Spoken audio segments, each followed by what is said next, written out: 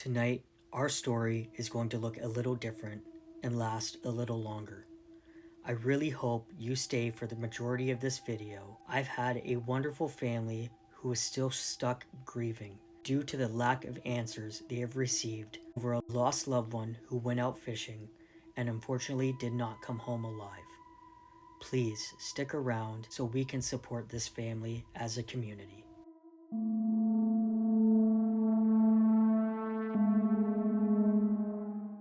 On November 19th, 2013, the waters of the Bay of Quinte were cold and unforgiving. 47-year-old Charles Dopking, a resident of Quinte West, set out for an evening of fishing with his friend Aaron Chamkin. They launched their boat from the west side of the Trent River, near the Trenton cold storage building. It was a routine they had shared many times before, but that night Charles never came home.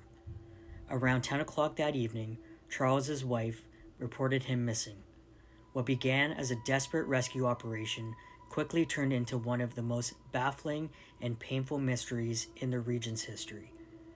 When police initially questioned Chamkin, he told them an extraordinary story. He claimed that around 6:30 in the evening, another boater in a red aluminum vessel approached them. According to Chamkin, the man called out to Charles, and Charles willingly hopped into the stranger's boat, leaving Chamkin to navigate back to shore alone. Chamkin told investigators the man's name might have been Gus or Goose. For months, the Ontario Provincial Police treated this as a vital lead. Search teams combed the bay using snowmobiles, ATVs, marine units, and underwater sonar. Aircraft from CFB Trenton scanned the water from above. Investigators launched an exhaustive search for the mysterious Gus. They canvassed local boat launches, they interviewed members of Charles's hockey team, they combed through his emails, searching for anyone who used that nickname. They tracked down and cleared every local resident with a similar name, but Gus did not exist. That red aluminum boat did not exist. As the months went on, the narrative began to unravel. Investigators uncovered serious inconsistencies in Chamkin's timeline. They learned he had withheld information about what had happened on the water, including the consumption of alcohol and cannabis. Even more troubling was his behavior after returning to shore. Witnesses described him pacing outside the Dopking residence, driving away and returning multiple times before the police were finally called. In December, a breakthrough of a different kind occurred. Search teams located Charles's beverage cooler and his boots, washed ashore near the Murray Canal.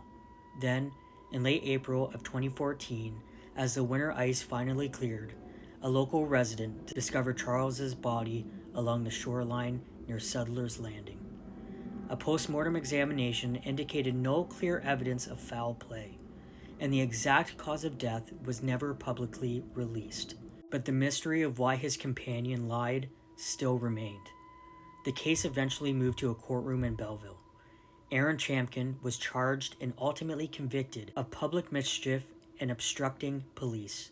During the proceedings, Justice Jeffrey Griffin openly dismantled Chamkin's fabrication, calling the story of the phantom fisherman absolute nonsense.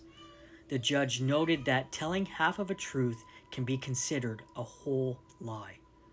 During intense police interrogations that were revealed in court, a different possibility emerged. Chamkin had admitted to investigators that Charles had experienced incidents in the past where he lost his balance or briefly passed out on the boat. This left investigators to wonder if an accidental fall had occurred in the freezing waters, and an unexplainable panic led to a devastating cover-up. A conviction for obstruction brought a legal end to the trial, but it brought no peace to those who loved Charles. He was a husband, a brother, a son, and a father to 2 daughters. At the sentencing, Charles' father, James Dopking, looked across the courtroom and delivered a heartbreaking truth. He said, "I stand here today not knowing any more than I did on November 19th. I will never see my oldest child again." More than a decade has passed since the freezing November night.